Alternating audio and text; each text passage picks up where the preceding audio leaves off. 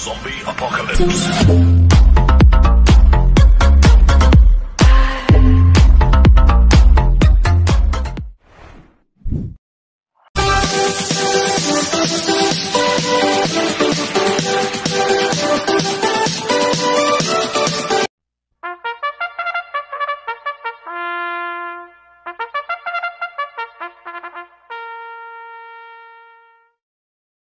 Magandang araw po mga bayang karerista.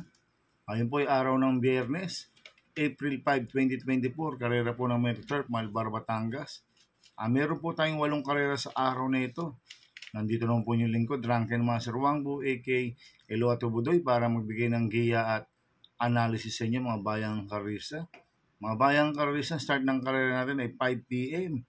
At bago po ako magsimula magbigay ng giya at analysis, huwag pong kalimutan, subscribe, like, and share YouTube channel ko po.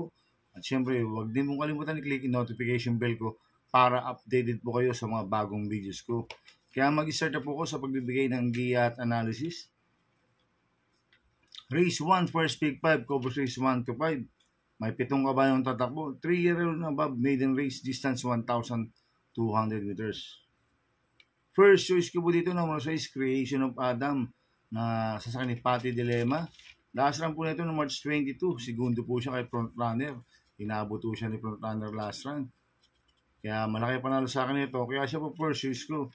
Second choice ko po number 2, Chiller, na sasakyan ni Apoy Asuncion. Last run po nito no March 27, segundo kay Primavera. Inabot lang po siya ni Primavera last run. Kaya may panalo rin sa akin to. Kaya siya po second choice ko. Kaya ang first choice ko po number 6, Creation of Adam. Second choice number 2, Chiller. Sa race 2 po tayo, winner take all covers races 2 to 8.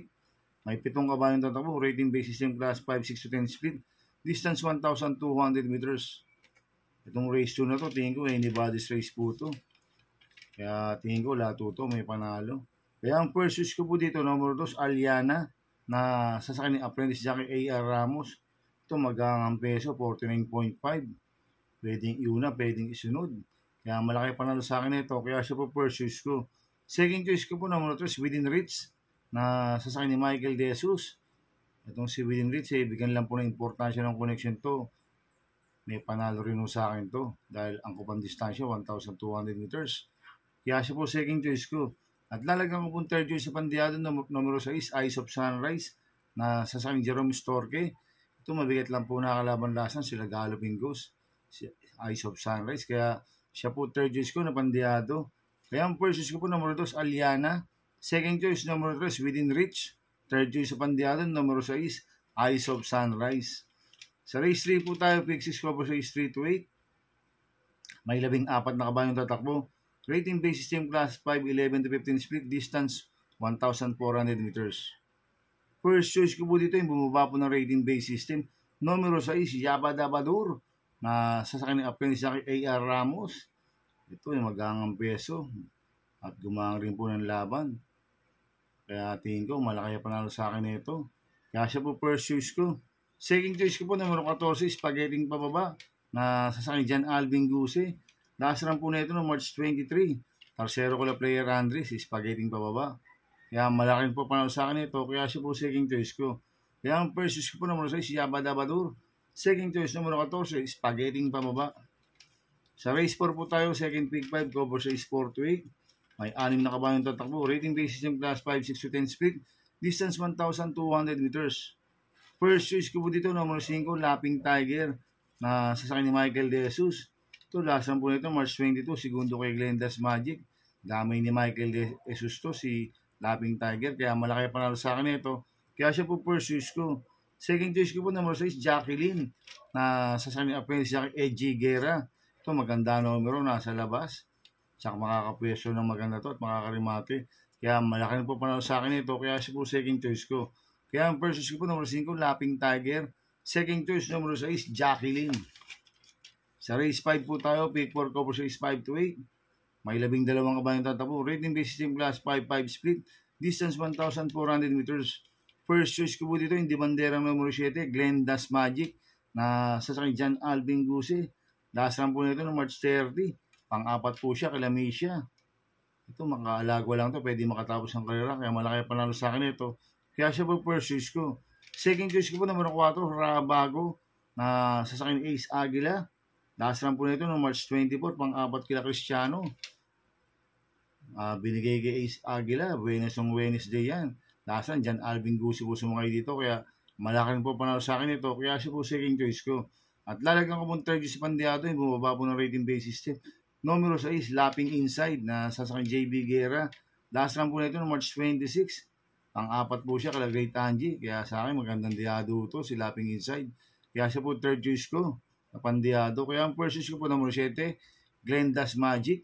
Second choice numero 4, Rahabago. Third choice Pandiado numero 6, Lapping Inside. Sa race 6 po tayo, may 10 kabayong tatakbo. Rating basis yung class 5, 11 to 15 split distance 1,400 meters. First choice ko po dito numero 10, Gingini na sasakyan ni AR Villegas. Last run po nito no March 30, Tercero ko na hombre. Ito maganda numero ngayon, nasa labas.